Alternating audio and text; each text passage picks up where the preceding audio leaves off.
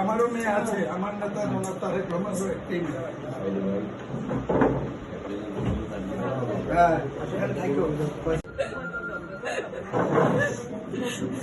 তারা দেখেও তাদের কেন মায়া হলো না? আমার ছেলের গায়ে হাত বাজায়।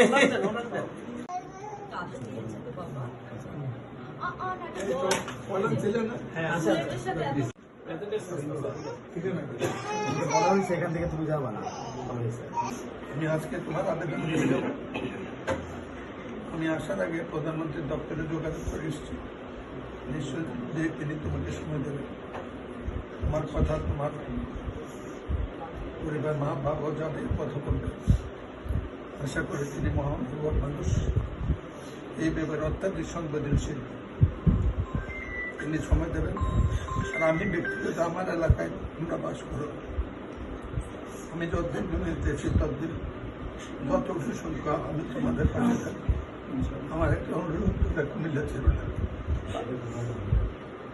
যা করতে হয় যদি করতে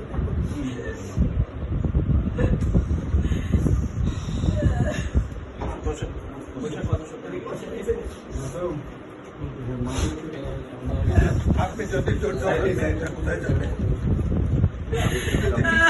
আপনি যদি বিচলিত মেয়েটা কোথায় যাবে? আপনি যদি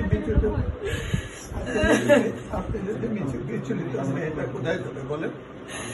আমার মেয়ে বিয়ে করে আসতে হচ্ছে, আমি ছেলের বউ আমি নিপক্ষ আমার একমাত্র মুখের মালিক। এইভাবে মেয়েটা কোথায় যাবে? ধৈর্য ধরার সাথে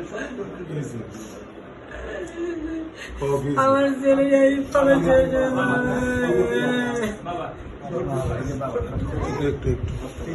পৃথিবীর কারোই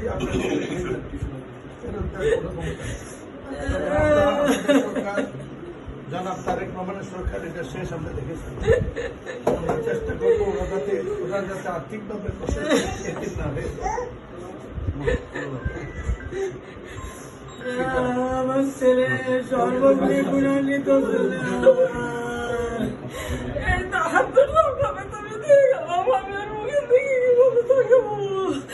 আমি কি আপনারা ধৈর্য ধরেন, আপনি ধৈর্য হারাইলে ওরা কোথায় যাবে?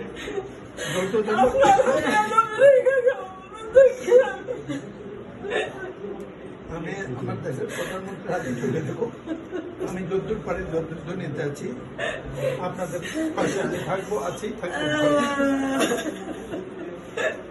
আর আমাদের সরকার সম্বন্ধে আমাদের এখানে যারা আছে তারা খুব ভালো মানুষ, তারা দেখবে। আমরা আপনাদের দায়িত্ব নিয়েছি, আল্লাহ লোকের তফিক করতে পারে সেসব দেখেন। আমরা চেষ্টা করছি ওর একটা চাকরি দিতে কিভাবে আমি করছি, কথা বলবো, আমি আগে নিয়ে যাবো।